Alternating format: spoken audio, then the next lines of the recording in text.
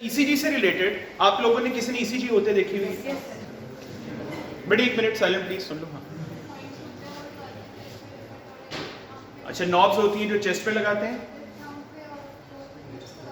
ठीक है, यहाँ पे भी आर्म्स पे भी लगाते हैं, ठीक है, ओके। तो इसका जनरल प्रोसीजर ये एक तो याद रखना है कि जो आजकल यूज करते हैं इसको कहते हैं 12 लीड ईसीजी।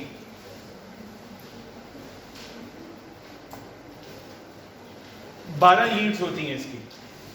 अच्छा, जो इसका अपरेटस होता है ना, जो अपरेटस देखने में नजर आ रहा होता है वो कुछ और किस्म का होता है, जो एक्चुअल होता है वो मैं यहां पे लिखता हूं। इसको हम डिवाइड करते हैं 3 ग्रुप्स में, 3 + 3 + 6। इस 12 को हम इस तरह 3 ग्रुप्स में डिवाइड कर रहे हैं, 3 + 3 + 6। ये जो 3 और 3 हैं ये दोनों हैं लिम्ब लीड्स, ये 6 लिम्ब लीड्स हैं, लिम्ब्स समझते हो, और ये जो 6 इकट्ठी लिखी हैं ये चेस्ट लीड्स।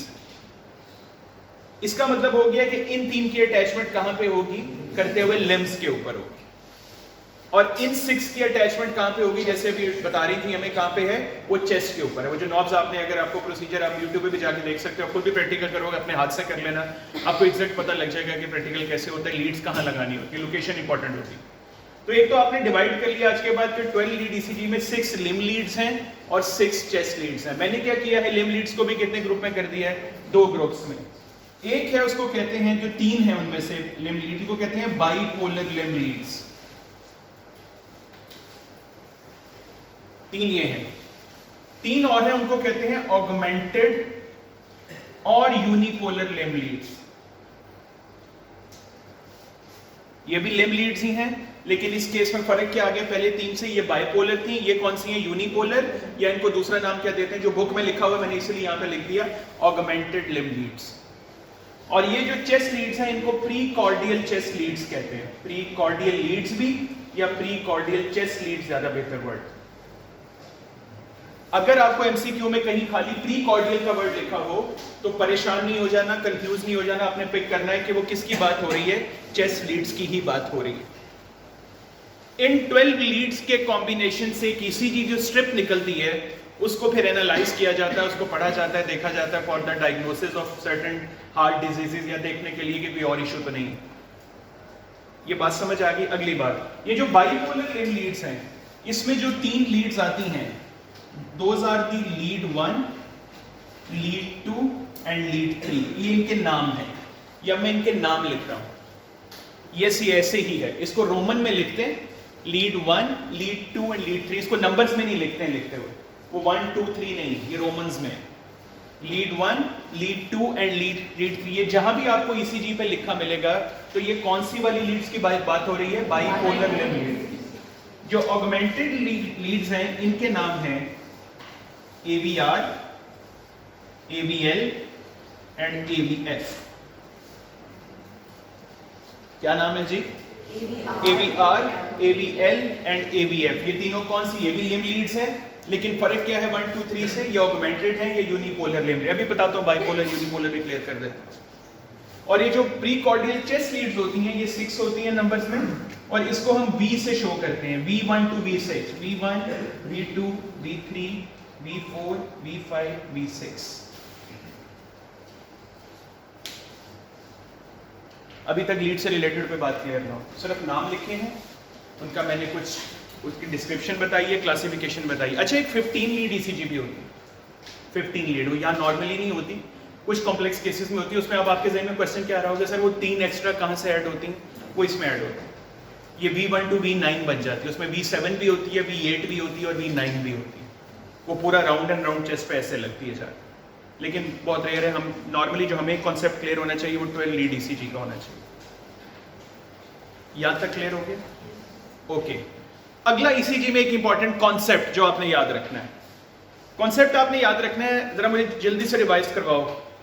कहां से वेव शुरू हुई थी, ऐसे नोड से, ऐसे नोड से आगे इंटरनोडल पाथवे, उसके बाद एवी नोड, फिर बंडल ऑफ हिल्स, उसके बाद right bundle branch, left bundle branch, परकिंजे fibre.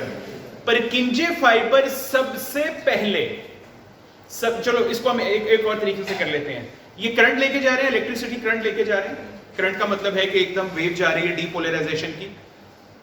सबसे पहले वेंट्रिकल्स में जो चीज डीपोलराइज होती है वो ये है, इंटर वेंट्रिकुलर सेप्टम।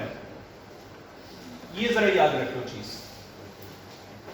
सबसे पहले वेंट्रिकल्स में, एट्रिया के भी मैं बात नहीं कर रहा क्योंकि वेंट्रिकल ज्यादा इंपॉर्टेंट, इसकी बात कर लेते हैं। सबसे पहले वेंट्रिकल में कौन डीपोलराइज होता है? Inter ventricular septum. ये सेंटर मोस्ट पोर्शन है या lateral most portion? Centre most portion. तो जब वो डीपोलराइजेशन वेव पहुंचती है ना वेंट्रिकल्स के अंदर, तो सबसे पहले किसको डीपोलराइज करती है? Inter ventricular septum. अच्छा, अभी गौर से बात देखनी है, बड़ी इंपॉर्टेंट बात है, इधर देखना है आपने। इंटर वेंट्रिकुलर सेप्टम के बाद ये वेव राइट और लेफ्ट वेंट्रिकल में इक्वली फैलती है, राइट और लेफ्ट वेंट्रिकल की वॉल को डीपोलराइज करना शुरू कर देती है। तो सबसे एंड पे कौन डीपोलराइज होता होगा? The lateral sides of the ventricle. अगर सेंटर से बात शुरू हो रही है तो सबसे एंड पे कौन डीपोलराइज होगा? The lateral walls of the ventricle. Those are the last to depolarise. इसकी मैकेनिकल लॉजिक समझ रहे हो कि नहीं? पहले वेव आएगी, फिर हार्ट कॉन्ट्रैक्ट करेगा। मैकेनिकल लॉजिक समझो। पहले सेंटर हुआ है, सेंटर से बात फैल के जा रही है, तो जाहिर है लॉजिकली स्पीकिंग भी जहां ब्लड है वो तो सेप्टम के राइट लेफ्ट ही पड़ा हुआ है ना, वो तो वेंट्रिकल्स के अंदर पड़ा हुआ है जिसने कॉन्ट्रैक्ट करना है और उसके रिजल्ट में ब्लड आगे जाना है। तो ये लॉजिकली भी बात ठीक है कि बात सेंटर से ही बाहर की तरफ जानी चाहिए ताकि अंदर से कॉन्ट्रैक्शन शुरू हो, फिर बाहर की तरफ तो बिल्कुल मिनिमल, रिक्वायरमेंट भी मिनिमल, एंड पे चली जाए तो कोई मसला नहीं। तो पहले तो ये सीक्वेंस याद रखना है। अच्छा, अगला इंपॉर्टेंट आपने याद रखना है, ईसीजी की लीड पे आपको पता है ईसीजी की जब वेव बनाते हैं, मैं क्यूआरएस कॉम्प्लेक्स बनाता हूं, उससे ज्यादा अच्छी बात समझ आएगी। इधर देखना है, क्यू, आर और एस। अगर मैं इसको एक लाइन लूं, न्यूट्रल लाइन लूं या बेस लाइन ले लूं, जीरो लाइन लेते हैं, जीरो पोटेंशियल की लाइन, तो क्यू का क्या मतलब है? यहां पे ये नेगेटिव पोटेंशियल है कि पॉजिटिव? जीरो पोटेंशियल से जब नीचे वेव आती है that is called the negative potential, और जब उससे ऊपर आती है तो उसको क्या कहते हैं? Positive potential. अगर मैं इलेक्ट्रोड्स के कॉन्सेप्ट में बोलूं, जैसे बुक लिखती है, वो कहता है ये नेगेटिव डिफ्लेक्शन है और ये कौन सी डिफ्लेक्शन है? Positive deflection.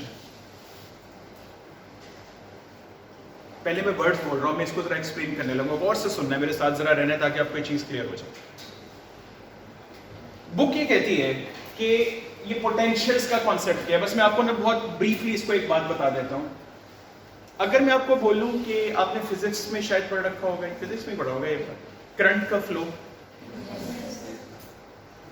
Current is basically what? Flow of charges, flow of electrons बोल लेते हैं जनरली, जो कि नेगेटिवली चार्ज होगा। अगर उस कॉन्सेप्ट में इसको ले जाओ तो क्या मैं ये कह सकता हूं ये नेगेटिव से पॉजिटिव की तरफ जाता है? जब करंट फ्लो करता है तो वो कहां से कहां जाता है? फ्रॉम नेगेटिव टुवर्ड्स, क्योंकि इलेक्ट्रॉन नेगेटिवली चार्ज होते हैं, वो हमेशा किसकी तरफ भागेंगे? पॉजिटिवली चार्ज की तरफ। बस वो करंट का कॉन्सेप्ट ना यहां पे रखें। अब मैं अगर आपसे पूछूं कि जब ये काम हो रहा है, ये वेव जा रही है, तो कहां से कहां जाएगा? From negative towards positive. अब मैं यहां पे आपको एक चीज क्लियर कर देता हूं। यहां पे जो नेगेटिव है ना, उसको हम कहते हैं डीपोलराइज्ड एरिया, और यहां पे जो पॉजिटिव है ना, उसको हम कहते हैं रीपोलराइज या सिर्फ पोलराइज्ड एरिया। पोलराइज्ड नहीं करते इसको।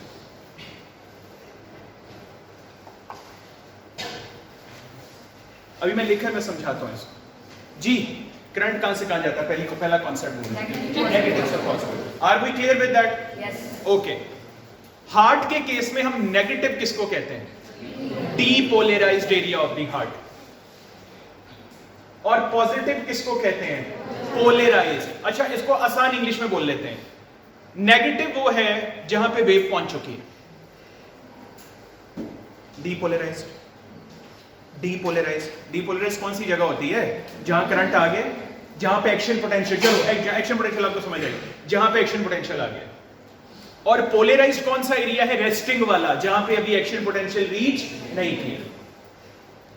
तो इसका मतलब है मैं ये बोल रहा हूं कि जब आप डायग्राम ये देखोगे बनी हुई कि या इस चैप्टर के अंदर के हार्ट में बना हुआ है और नेगेटिव से, उसने पता क्या किया हुआ है? उसने हार्ट का ऐसे टिश्यू बनाया हुआ है, मैं रफ से आपको बना के इधर देखो, उसने हार्ट का ऐसे ना रफ से टिश्यू बनाया हुआ है ऐसे करके, उसके अंदर ऐसे सेप्टम सेंटर में लगाया हुआ है।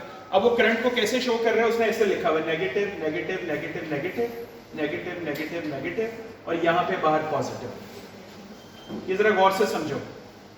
वो इस बात को कैसे कह रहे हैं? वो कह रहे हैं जी सेप्टम सबसे पहले डीपोलराइज होता है, अभी मैंने बोला आपको, तो सेप्टम के साथ नेगेटिव लगा दिया, क्योंकि नेगेटिव का मतलब क्या है? डीपोलराइज। इस डायग्राम में पॉजिटिव का मतलब क्या है? या वेव आ गई है या नहीं आई? अभी नहीं आई। अब अगर मैं करंट का फ्लो बनाऊं तो क्या मैं ये बना सकता हूं? बोलो यस, व्हाई नॉट, बिल्कुल मैं बना सकता। यही वो डायग्राम बनी हुई है। मैं आपको अब कंफ्यूजन भी बताता हूं कि जो बच्चे कुछ और रास्ते पे निकल जाएंगे वहां पे गड़बड़ कहां पे हो जाएगी, मैं वो क्लियर अभी कर देता हूं। उस रास्ते पे नहीं जाना है सोचते हो। आपने ये जो पॉजिटिव नेगेटिव के साइन पढ़ रखे हैं ना, आपने पढ़ रखे हैं जब वो डीपोलराइजेशन और रीपोलराइजेशन में, वहां पे हमने पढ़ा था कि जो पोलराइज्ड होती है, जब रेस्टिंग होता है तो बाहर पॉजिटिव होता है, अंदर नेगेटिव होता है, और जब डीपोलराइजेशन आ जाती है तो क्या हो जाते हैं? चार्जेस रिवर्स हो जाते हैं। इस चक्कर में यहां पे नहीं पड़ जाना, क्योंकि ये जो कॉन्सेप्ट था ये था with respect to sodium potassium changes, calcium changes, ये वो कॉन्सेप्ट था। और ये जो कॉन्सेप्ट हम कर रहे हैं ये फ्लो ऑफ करंट के हवाले से कर रहे हैं, ये फर्क है इसमें। आप लोग अगर ये कॉन्सेप्ट लोगे ना तो आप इसको उल्टा कर दोगे, और मैं अभी बता देता हूं, क्योंकि आपको पता है कि डीपोलराइजेशन का मतलब क्या है? कि अंदर पॉजिटिव है, लेकिन यहां डीपोलराइजेशन का मतलब क्या है? कि नेगेटिव है। हाँ, अगर किसी ने इसको होता है ना एक जुगाड़ लगा के अगर फिट करके याद करना है तो वो करो अच्छा बाहर तो नेगेटिव है ना, हम बाहर वाला कर लेते हैं इसमें, वो आपकी मर्जी है। लेकिन द थिंग इज कि मैं ये चाहता हूं कि आप इसको यहां पे ज़हन में मत लेकर आना, क्योंकि इसको लेकर आओगे तो ये सारे चैप्टर पढ़ने के बाद उसकी खीर बनेगी और वो गिर जाएगी। आपको कुछ समझ नहीं आएगा कि आपने पढ़ा क्या और इसका कॉन्सेप्ट क्या ग्रैस्प करना है। तो आज के बाद जब ईसीजी से रिलेटेड बात करनी है, फ्लो ऑफ करंट नेगेटिव से पॉजिटिव होता है, पहला कॉन्सेप्ट। हार्ट के केस में नेगेटिव का मतलब क्या है? डीपोलराइज्ड, और पॉजिटिव का मतलब क्या है? पोलराइज्ड। या नेगेटिव का मतलब है जहां एक्शन पोटेंशियल है, और पॉजिटिव का मतलब है जहां भी एक्शन पोटेंशियल रीच नहीं किया। यहां तक क्लियर हो गया? ओके, अब मैं एक लाइन बोलता हूं गार्टन की, इसी कॉन्सेप्ट को देखते हुए। चलो यहीं पे बता देता हूं, इधर देखना है। हमारे हार्ट को अगर हम ट्रायंगल में एक्सप्लेन करना चाहें तो कुछ ऐसे बनती है। अब मैं चेस्ट की ट्रायंगल,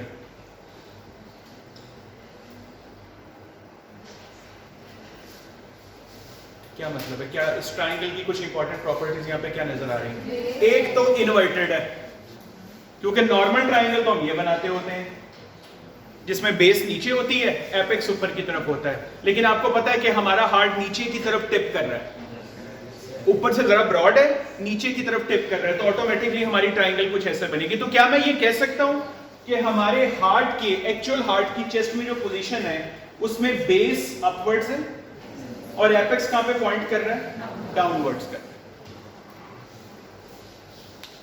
पहला कॉन्सेप्ट जो इससे रिलेटेड समझ लो, क्योंकि मैं एक एमसीक्यू की लाइन की तरफ आ रहा हूं ये बात बताते हो। बेस ऊपर की तरफ है, एपेक्स नीचे की तरफ है। अब अगला कॉन्सेप्ट समझो। सबसे पहले कौन डीपोलराइज हुआ? सेप्टम। सबसे पहले कौन डीपोलराइज हुआ? सेप्टम। सेप्टम के बाद करंट किस तरफ गया? बेस की तरफ, और बेस की तरफ होता हुआ बाहर से कहां पे आया? एपेक्स की तरफ। ये डायग्राम यही है ना? अच्छा, इसमें बेस यहां पे एट्रिया मत समझ लेना, ये मत समझ लेना मैं सिर्फ वेंट्रिकल से की बात कर रहा हूं, मतलब आप समझ लो कि एवी नोड की लाइन तक की बात कर रहा हूं, नीचे नीचे। आप यहां पे एट्रियस मत शामिल कर लेना साथ, वरना आप कहोगे हैं ये क्या हुआ, वेंट्रिकल से एट्रियम में करंट कैसे चला गया? नहीं जा सकता। मैं सिर्फ बात ही कर रहा हूं कि वेंट्रिकल में करंट कैसे फैलता है। अब इधर देखो गौर से, दोबारा देखो। क्या मैं ये कह सकता हूं द डीपोलराइजेशन वेव, मेरी बात सुननी है, the depolarisation wave first spread in the interventricular septum, then moves toward base of the heart and then comes back towards the apex of the heart. ये ऐसे ही हो, इंटरवेंट्रिकुलर सेप्टम, बेस, और घूम के फिर लेटरल वॉल से होती हुई कहां पे पहुंच गई? नीचे एपेक्स। ऐसे इकट्ठा होता है, बिल्कुल एक काइंड ऑफ जैसे फ्लावर ओपन होता है कोई, बिल्कुल वैसे ही है इसकी ओपनिंग, बिल्कुल वैसे ही इसका करंट फ्लो कर। ये करंट के फ्लो की डायरेक्शन है, गौर से समझनी है बात। ये जो मैंने आपको बताई ये क्या है? करंट के फ्लो की डायरेक्शन है। अब आप अगली मेरी बात सुनो, मैं इसकी तरफ आता हूं जहां से मैंने बात शुरू की थी, क्यूआरएस, नेगेटिव पॉजिटिव पोटेंशियल। अगर इस करंट फ्लो में ईसीजी के इलेक्ट्रोड ये रिकॉर्ड करें कि करंट जा रहा है नेगेटिव से पॉजिटिव की तरफ, तो जो डिफ्लेक्शन आती है वो कौन सी आती है? Positive deflection. लेकिन ईसीजी इलेक्ट्रोड अगर ये नोट करें कि ये करंट जा रहा है पॉजिटिव से नेगेटिव की तरफ, तो ये डिफ्लेक्शन कौन सी नोट करते हैं? Negative deflection.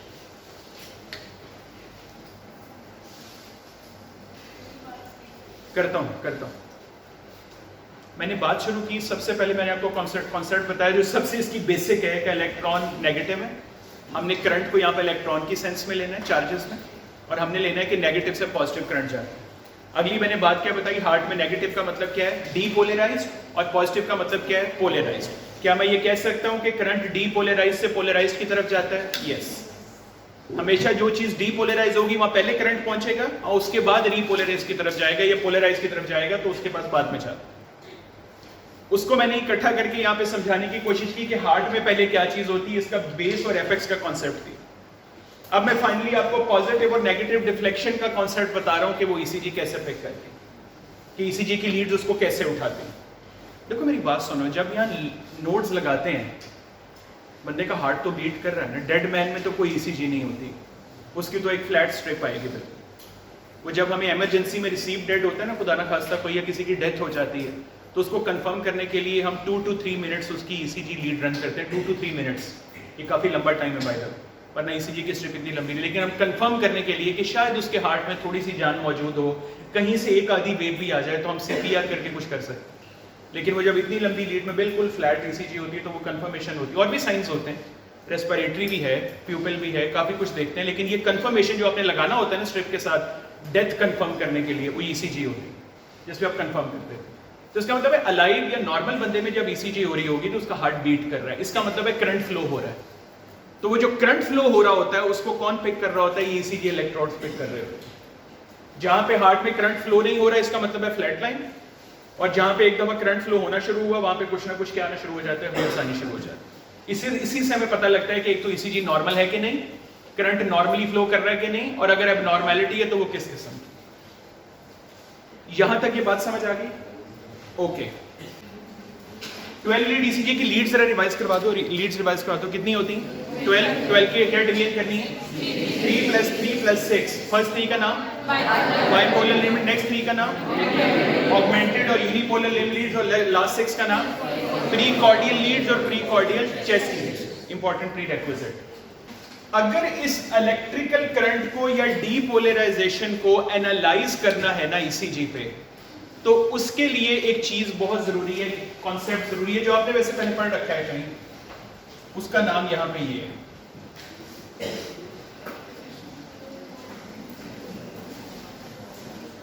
Vector analysis. Vector का पढ़ रखा है? Scalar vector. Scalar is something with only measurement, and vector में ऐड क्या हो जाता है? डायरेक्शन। बिल्कुल वही है ये भी। यहां पे इसका मतलब है कि वेक्टर वो चीज है कि कुछ इसकी मेजरमेंट भी है, लेकिन विद व्हाट? डायरेक्शन।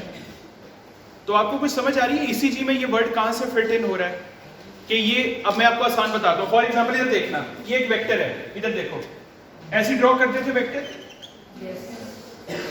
मैं कहता हूं ये हार्ट का एक वेक्टर है फॉर एग्जांपल, इसका मतलब है कि इसकी डायरेक्शन है, और दूसरा इसका क्या है? इसकी मेजरमेंट। हार्ट में वेक्टर में, अब सुन लो, कहीं भी वेक्टर ड्रॉ, हार्ट में वेक्टर में जो इसकी मेजरमेंट होती है ना, इसका मतलब है कि ये इसकी है वोल्टेज। क्या है इसकी? वोल्टेज। जैसे डीपोलराइजेशन में मिली वोल्ट्स कर नहीं रहे होते थे, -50 -70, ये वोल्टेज की मेजरमेंट। डायरेक्शन क्या बता रही है? डायरेक्शन क्या बता रही है? डायरेक्शन ये बता रही है कि वही वाली बात कि ये कैसे जा रहा है, नेगेटिव से किसकी तरफ जा रहा है? पॉजिटिव की तरफ, from depolarized towards the polarized. और इससे पता क्या लग रहा है? डायरेक्शन से इससे पता लग रहा है कि अच्छा यहां पे डीपोलराइज्ड था, और वो जो वहां पे जा रहा है हार्ट में, वो एरिया भी क्या है? वो पोलराइज्ड है, वहां पे अभी करंट जा रहा है, वहां पे पहुंचा नहीं। अब आपको वेक्टर का यहां पे समझ आया कि हम वेक्टर का कॉन्सेप्ट क्यों फिट करने की कोशिश कर रहे हैं। यहां पे वेक्टर के कॉन्सेप्ट से हमें परफेक्टली पता लग जाता है कि किस लीड्स की वोल्टेज कितनी, और उससे भी ज्यादा इंपॉर्टेंट मेरे ख्याल में जो वेक्टर का जहां पे ज्यादा इंपॉर्टेंट यूज है, वो पता लगता है कि किस डायरेक्शन में जा रहा है। यहां से आपको कुछ एमसीक्यूज आने हैं, वो एमसीक्यूज अभी मैं आपको करवाता हूं कि हमने कैसे करना है। यहां पे वेक्टर का सबसे पहले इंपॉर्टेंट प्री रेक्विजिट्स, कितनी लीड्स की अभी हमने आपने रिवाइज करवाई थी? 12। वो जो 6 लिम लीड्स है ना, वेक्टर एनालिसिस सिर्फ उसमें होता है। वेक्टर एनालिसिस चेस लीड्स का नहीं है। ये पहला कॉन्सेप्ट क्लियर कर लो। आज के बाद कभी वेक्टर एनालिसिस करते हुए इस तरफ कोशिश मत करना, इस तरफ मत सोचना यार ये V1, V5, V2, V3 ये किधर है। वेक्टर एनालिसिस में हम किसको लेते हैं? सिर्फ हम लिम लीड्स को लेते हैं। पहली बात। अब जरा इधर देखना गौर से, मैं नॉर्मल कुछ ड्रॉ करने लगा हूं। मुझे ना आपका बोर्ड का फोकस है, ये please leave your pencil and copies. ये गौर से इधर देख लो इसको भाई।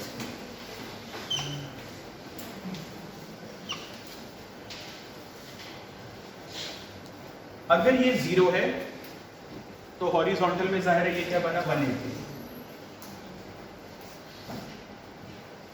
इसको क्लॉकवाइज डायरेक्शन में लेके चलो तो 0 से 180 किस तरह पहुंचेंगे? ऐसे आ जाए नहीं, कैसे आएंगे? नीचे की तरफ, क्लॉकवाइज। तो क्लॉकवाइज में भी इसका मतलब है 0 यहां से आते आते ये +90, ये +180। इस तरह यहां पे पहुंचता जाऊं तो ये +270। तो इसका मतलब है इसी रोटेशन में वापस आके कितना बन जाएगा? 360। क्लियर? और से देखते जाओ, इंपॉर्टेंट है कुछ। अच्छा, मैं एक और तरीका करता हूं। अगर इसको मैं प्लस में रखना चाहूं और इसको मैं माइनस में रखूं, एंटी क्लॉकवाइज करेंगे तो साइन माइनस कर सकते हैं। इसको मैं माइनस में करना चाहूं तो क्या मैं ये लिख सकता हूं इसकी जगह पे -90? एक ही बात होगी ना, +270 या -90। और वो -90 होते होते यहां पे पहुंचेगा तो ये क्या बन जाएगा? -180।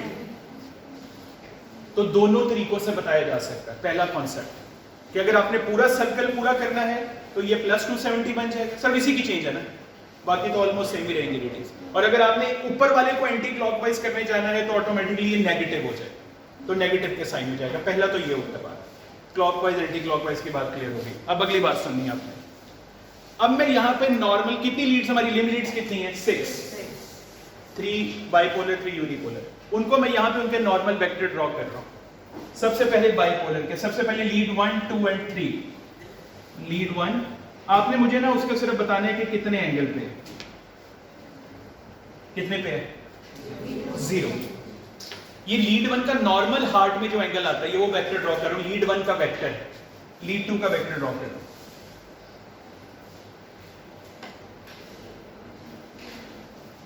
लिख रहा हूं सर, ताकि वो जरा इतना परफेक्ट तो नहीं ड्रॉ, मेरे पास फोटो नहीं मैं ड्रॉ कर सकूं।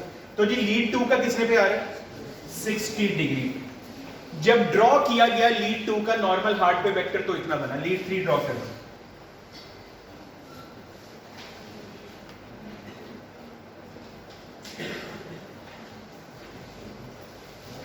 लीड 3 का कितने पे है जी? 120।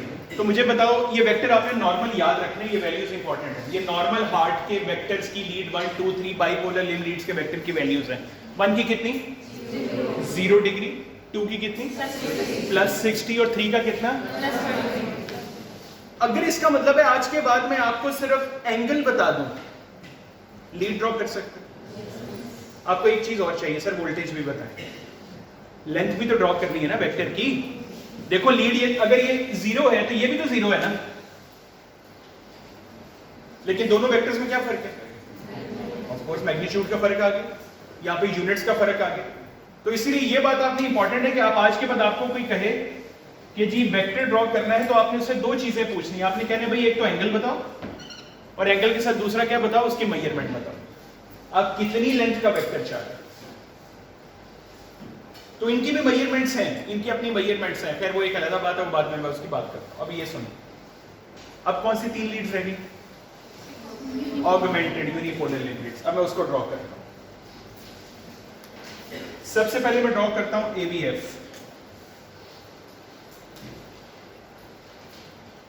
देख के ही बता दो, मेरे ख्याल लिखने की मुझे जरूरत नहीं। बताओ। +9।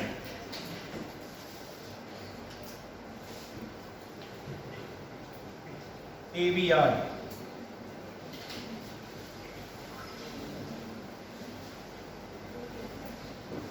कितनी है जी? +210। अगर माइनस में लिखनी हो तो कितनी लिखूं?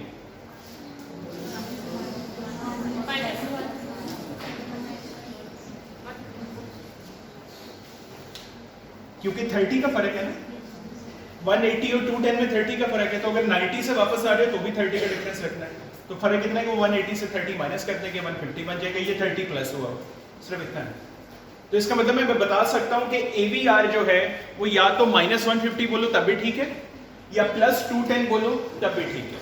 अब मैं AVL ड्रॉ कर रहा हूं जो लास्ट रह गई है।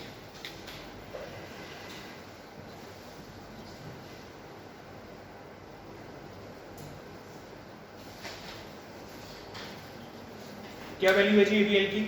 -30। इसमें लिखवाओ, प्लस में लिखवाओ। 30 माइनस कर रहे हो 360 में से, तो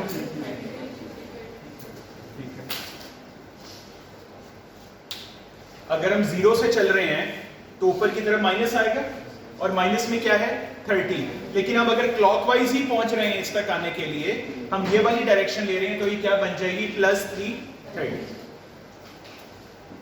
क्विक रिवीजन, मैंने लीड्स बोलनी, आपने एंगल बोलने। Lead 1 0, lead 2 60 plus minus plus, ये प्लस का साइन डालना पड़ेगा। Lead 3 plus 120 degree. Lead AVF plus 90, plus क्योंकि -90 भी है, प्लस 90। AVR बिल्कुल ठीक है, दोनों वैल्यूज कर लो, +210 कर लो या -150 कर लो। AVL एग्जैक्टली -30 या 330। तो ये तो इनके नॉर्मल वेक्टर्स के एंगल हो गए ना नॉर्मल हार्ट। कोई क्वेश्चन आ रहा?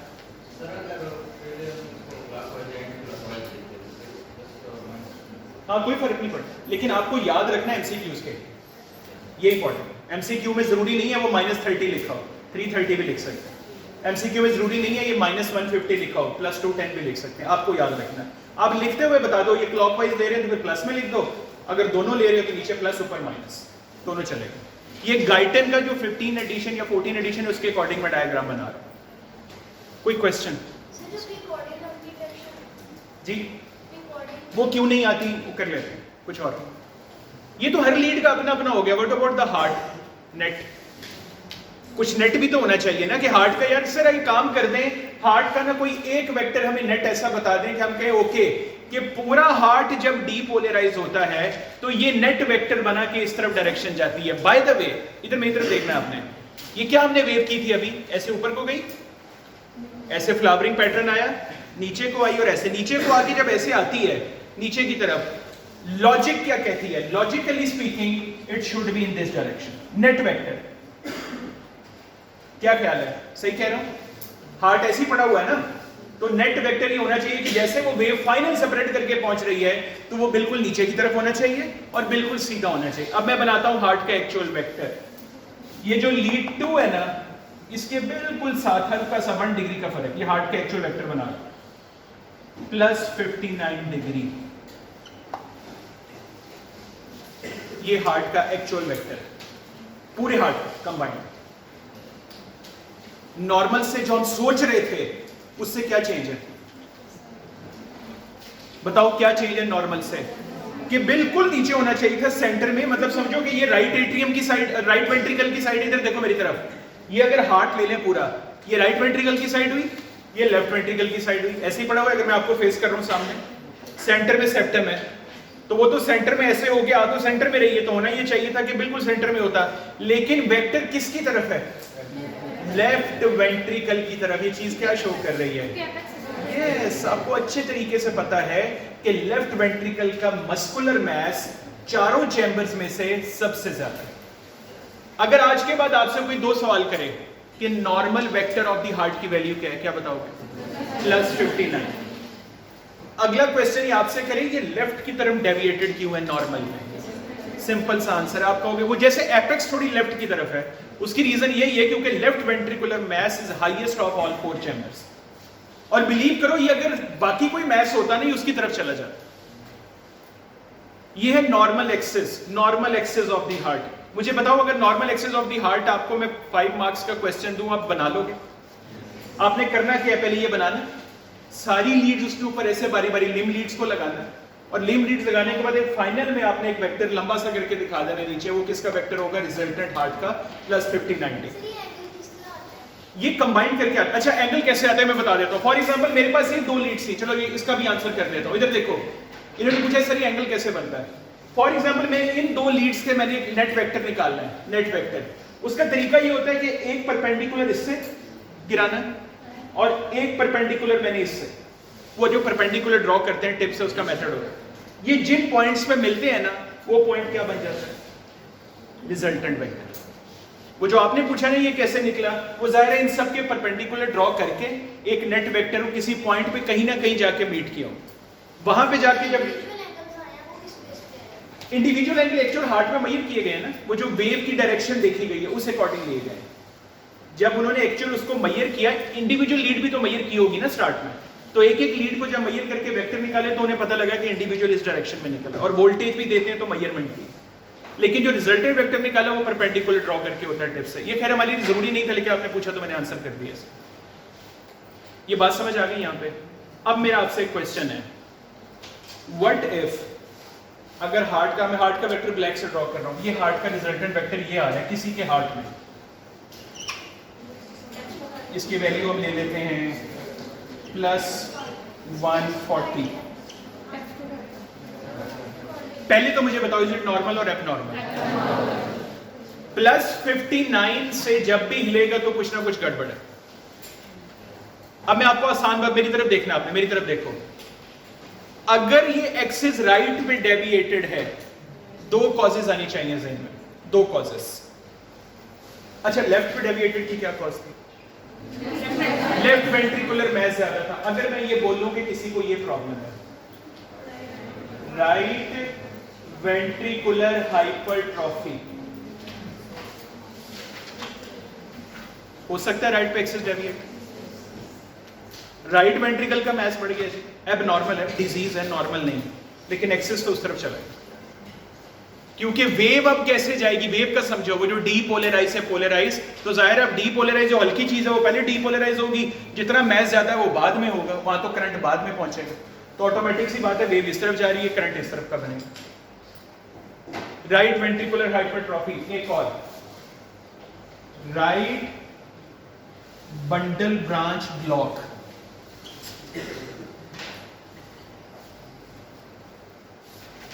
ये राइट बंडल ब्रांच क्या चीज थी? बंडल ऑफ हिस्से, राइट और लेफ्ट, जिससे परकिंजे निकलते हैं। व्हाट इफ अगर राइट साइड ब्लॉक हो गई है, तो पहले करंट कहां जाएगा? लेफ्ट पे, समझो ना, पहले करंट कहां जाएगा? लेफ्ट पे, बाद में किस में पहुंचेगा? वो ब्लॉक का रास्ता किसी तरह से पार करके किस पे? राइट पे। अगेन डायरेक्शन कहां से कहां हो गई है? लेफ्ट से किसकी तरफ? राइट की तरफ। इस केस में भी एक्सिस किस तरफ डेविएटेड होगा? राइट की तरफ।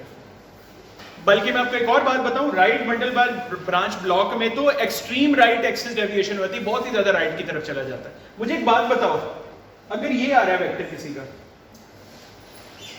ये भी तो राइट ही है, लेकिन डोंट यू थिंक ये बहुत ज्यादा राइट है?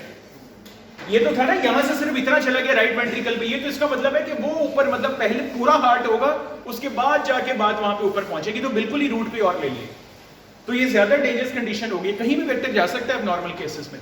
आपको ये कॉज याद रखना। मुझे बताओ कि लेफ्ट एक्सिस डेविएशन है, ये नॉर्मल है कि एबनॉर्मल है? नॉर्मल है। तो इसमें क्या होगा? Left ventricular hypertrophy,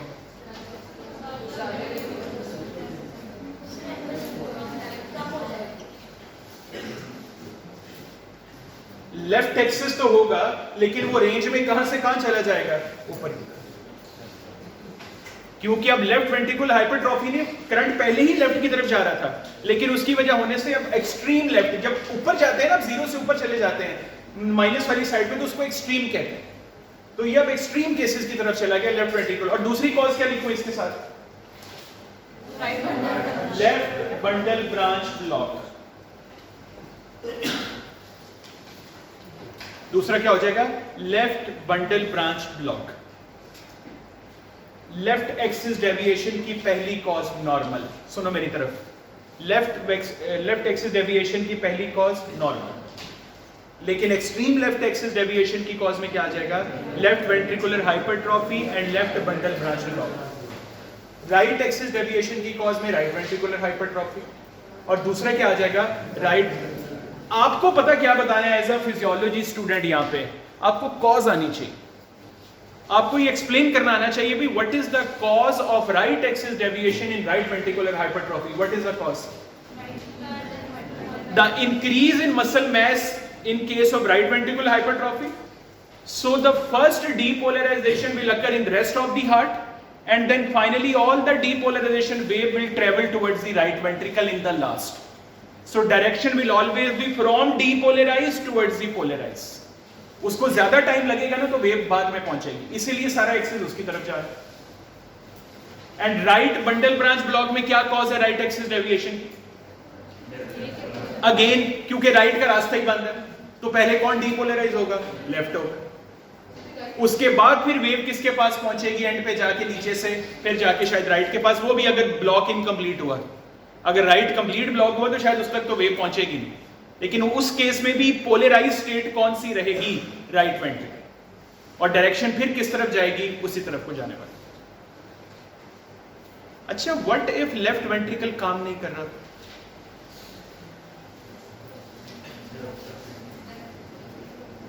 left ventricle pump कर ही नहीं रहा, कुछ ऐसा मसला है. हाइपरट्रोफी में तो मैथ ज्यादा हो गया ना. व्हाट इफ लेफ्ट वेंट्रिकल काम नहीं कर रहा, तो फिर भी एक्सिस किस तरफ होगा? राइट की तरफ. समझ रहे हो कि लेफ्ट वेंट्रिकल सही तरह पंप ही नहीं कर रहा. लेफ्ट वेंट्रिकल की वेव, मतलब हम इसको उल्टा ले लेते हैं, हम लेफ्ट वेंट्रिकल एट्रोफी कर लो. ऐसा होता तो नहीं, लेकिन समझाने के लिए, लेफ्ट वेंट्रिकल का मैस कम हो गया है, ज्यादा होने की वजह से वेक्टर उधर जा रहा था, तो कम होने की वजह से अब वेक्टर दोबारा किस तरफ चला जाएगा? राइट की तरफ. और आपको पता है ऐसा कब होता है लेफ्ट वेंट्रिकल जब काम ना करे? जब लेफ्ट वेंट्रिकल में एरिथमियाज आते. सोचो एरिथमिया, रिदम नॉर्मल, ये देखो नॉर्मल रिदम, एरिथमिया में अजीबोगरीब सीन चल रहा है, लेफ्ट वेंट्रिकल अजीब ही हरकतें कर रहा है, नहीं कर रहा नॉर्मल पंप, तो उसकी वजह से भी चांसेस हो सकते हैं कि ये बिल्कुल काम करता करते इसका काम बिल्कुल ही ऑलमोस्ट खत्म हो गया. तो यस, उसमें एक केस होता है. एक एरिथमिया है, मैं उसमें एक्सिस ड्रॉ करता हूं, इधर देखना है. एरिथमिया का नाम है वेंट्रिकुलर टैकीकार्डी. एक्सिस देखना है. चलो ये ड्रॉ हुआ है ऑलरेडी, ये वाला. अभी मैंने आपको बताया था ये किस केस में आता है, ये किस केस में आता है? इसमें right bundle branch block, extreme right axis deviation. लेकिन इसके अलावा ये और किस केस में आ सकता है? जब लेफ्ट वेंट्रिकल में एरिथमिया है. अब आप समझ रहे हो ये वेक्टर एनालिसिस कितना क्रिटिकल हो जाता है. ये वेक्टर एनालिसिस से डायग्नोसिस कैसे बनाए जा सकते हैं, इसको ईसीजी वेव्स के साथ कैसे कनकॉर्ड किया जा सकता है. वो कभी आप किसी कार्डियोलॉजिस्ट से इमरजेंसी में मिलना तो उससे जरूर पूछना कि जो नॉर्मल ईसीजी स्ट्रिप आती है या ईसीजी स्ट्रिप जो आप लेते हैं, इसमें वेक्टर एनालिसिस हम कैसे करें. उसका भी एक मेथड है. एक तो ये ना कि मैंने आपको बताया बेटा, ये तो है जो एक्चुअल इलेक्ट्रोड लगा के मैयर करके उन्होंने हार्ट से निकाले हैं वेक्टर्स. जब ईसीजी स्ट्रिप आपके हाथ में आती है ना, उससे भी वेक्टर एनालिसिस कर सकते हैं, वो थंब रूल होता है. लेकिन खैर अभी आपकी बुक में लिखा नहीं, मुझ तरफ जा नहीं रहा. लेकिन प्लीज ये ज़हन में रखना, जिस दिन कार्डियोलॉजी के वार्ड में जाओ, if you go to the emergencies और in the indoor department, do ask some senior of yours, sir please tell us, या ma'am please tell us that how we can analyze the vector according just by seeing the ECG. They'll tell you a method कि हम इस तरह से भी vector analysis कर सकते हैं. उससे भी आपको पता लग जाता है कि किस तरह जा रहे हैं. Clear? That's all about today's lecture, in which we in detail discuss all the ECG leads and the vector analysis and the flow of electron, all that stuff. इंशाल्लाह नेक्स्ट लेक्चर में वो ECG की waves जो है वो करें. Thank you.